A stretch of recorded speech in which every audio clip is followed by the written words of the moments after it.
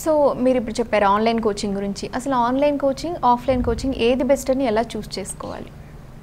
అది ఒక రకంగా చెప్పాలంటే అండి, ఇది చాలా లెందీ సబ్జెక్టు అండ్ అభ్యర్థులకు కూడా ఉపయోగపడేటువంటిది. కారణం ఏంటంటే చాలామంది నేను చూసింది ఏంటి అంటే, సార్ మేము ఆఫ్లైన్ కోచింగ్ తీసుకోవాలనుకుంటున్నాము.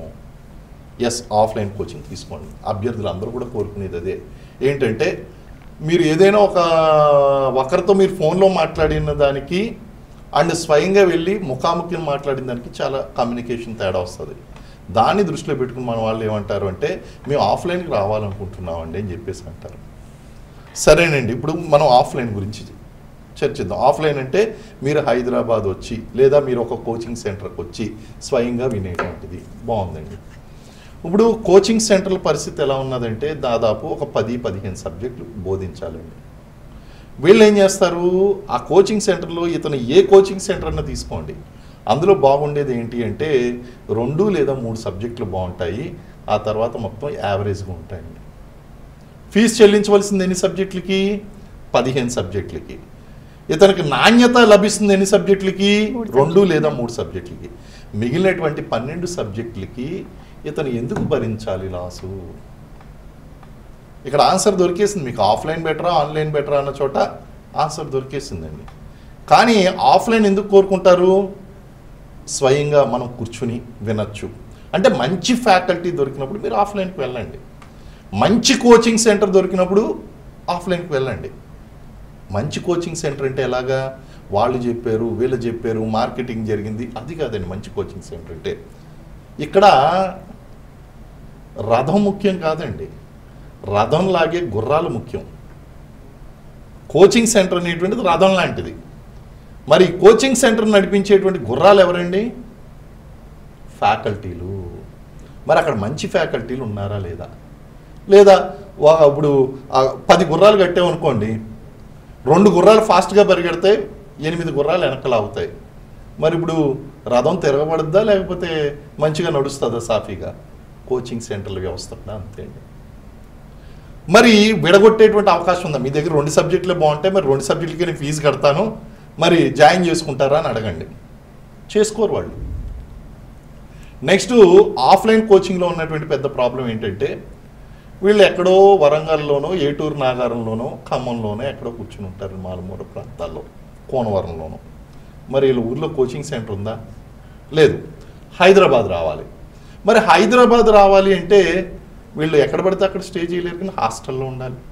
హాస్టల్లో ఉండాలంటే కంఫర్టబుల్గా ఉండాలి. ఆడపిల్లలు అయితే కనుక కంఫర్టబుల్గా ఉండాలి అంటే డబల్ షేరింగ్ రూమ్ తీసుకోవాలంటే 10,000 రూపాయలు, నెలకి 10,000 రూపాయలు. కోచింగ్ సెంటర్ కాకుండా నెలకి 10,000 రూపాయలు. ఇవి కాకుండా చిన్న చిన్న ఖర్చులు ఉంటాయండి, పైన ఇంకొక 15,000 రూపాయలు ఇంటి నుంచి పంపించాలి వీళ్ళకి. మరి నోటిఫికేషన్ ఎప్పుడు? ఇంకా జాబ్ నోటిఫికేషన్లో తెలుస్తుంది. అంటే ఖర్చే కదండి ఇది. మరి ఆన్లైన్ అన్నారు, ఆన్లైన్ వల్ల అడ్వాంటేజ్ ఏంటి? మీకు తెలుసు, హిస్టరీలో ఎవరు బెస్ట్ ఫ్యాకల్టీ, ఇంగ్లీష్లో ఎవరు బెస్ట్ ఫ్యాకల్టీ, సోషియాలజీలో ఎవరు బెస్ట్ ఫ్యాకల్టీ, సిడిపిఓలో ఎవరు best faculty, economy, geography and other subjects ఎవరు మంచి ఫ్యాకల్టీలు అనేటువంటి విషయం విద్యార్థులకు ఒక అంచనా ఉంటుంది. నువ్వు ఏ ఇన్స్టిట్యూట్లోనే జాయిన్ కాకు, నేను సోషియాలజీకి సిడిపిఓకి మేజర్ సార్ దగ్గర జాయిన్ అవుతాను, లేకపోతే హిస్టరీకి పలానా సార్ దగ్గర జాయిన్ అవుతాను, సైన్స్ అండ్ టెక్నాలజీకి పలానా సార్ దగ్గర జాయిన్ అవుతాను అని చెప్పేసి ఒక క్లారిటీ ఉంటుందండి. అంటే ఏంటి? 10 చోట్ల నుంచి ద బెస్ట్ పీపుల్ని select IPL team sir madam, IPL team ఎలాగా?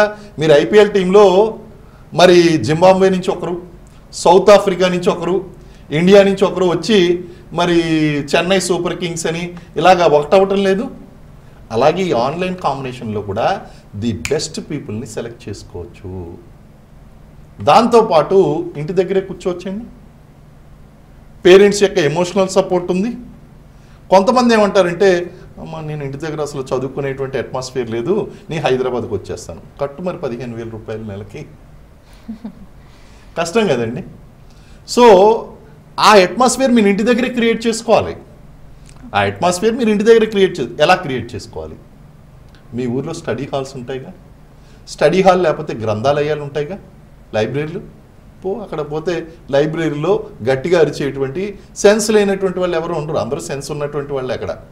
కాబట్టి గ్రంథాలయాల్లో హ్యాపీగా కూర్చోవాలి, చదువుకోవాలి, స్టడీ అట్మాస్ఫియర్ అక్కడ వస్తుంది. లేదా స్టడీ హాల్స్ వచ్చేసినాయి ఇప్పుడు, లేటెస్ట్ హాస్టల్స్ అనేటువంటి బాగా డెవలప్ అయినాయి. అలాగే వాటితో పాటు వస్తున్నాయి స్టడీ హాల్స్ అండి. స్టడీ హాల్కి పోవడం, కూర్చోవడం, చదువుకోవడం, ప్రశాంతంగా చదువుకోవచ్చు, అట్మాస్ఫియర్ క్రియేట్ అవుతుంది. కాబట్టి నేనేమంటానంటే ఆన్లైన్ ఈజ్ ద బెస్ట్. మీకు కావాల్సినటువంటి వాళ్ళని మీరు సెలెక్ట్ చేసుకోవచ్చు, ఫ్యాకల్టీని సెలెక్ట్ చేసుకుని ఆ తర్వాత వాళ్ళ దగ్గర నుంచి వినండి. భరించవలసినటువంటి అవసరం లేదు కదా. నువ్వు ఫీజు ఏమో 10 మందికి కడుతున్నావు, సర్వీస్ ఏమో 2కి దొరుకుతుంది, మిగిలిన 8 నువ్వు భరిస్తున్నావు వాళ్ళని. ఆ తర్వాత మళ్ళీ ఏం చేస్తారు, అనుభవం, నేను చూసినటువంటి ఎక్స్పీరియన్స్ చెప్తున్నాను. వీళ్ళు మళ్ళీ హిస్టరీ ఎక్కడ బాగా చెప్తారు, సోషియాలజీ ఎక్కడ బాగా చెప్తారు, మళ్ళీ డబ్బులు కడతారు. ఇక్కడ 25,000 కడతారు, మళ్ళీ ఇక్కడ 5 కట్టుకుని పేరెంట్స్కి 25,000 ఖర్చు పెట్టించవలసిన చోట 50,000 ఖర్చు పెట్టిస్తారండి. కుర్రాడు తప్పు కాదండి, కుర్రాడు పాపం చదువుకోవాలని వెళ్తాడు, కానీ మొత్తం 5 నెలలు సంవత్సరం వేస్ట్ చేసుకున్న తర్వాత అరే ఆ తర్వాత వీళ్ళు టిక్ మార్కులు పెడుతుంటారు, ఈ ఫ్యాకల్టీ గుడ్, ఈ ఫ్యాకల్టీ బ్యాడ్. ఉపయోగం ఏందండి, నీకు బ్యాడ్ జరిగింది అక్కడ. కాబట్టి ఆన్లైన్ ఆఫ్లైన్ ఈ గైడ్ ప్రోగ్రామ్ ద్వారా చాలా పర్ఫెక్ట్గా మనం అవేర్నెస్ అనేటివి క్రియేట్ చేసామండి.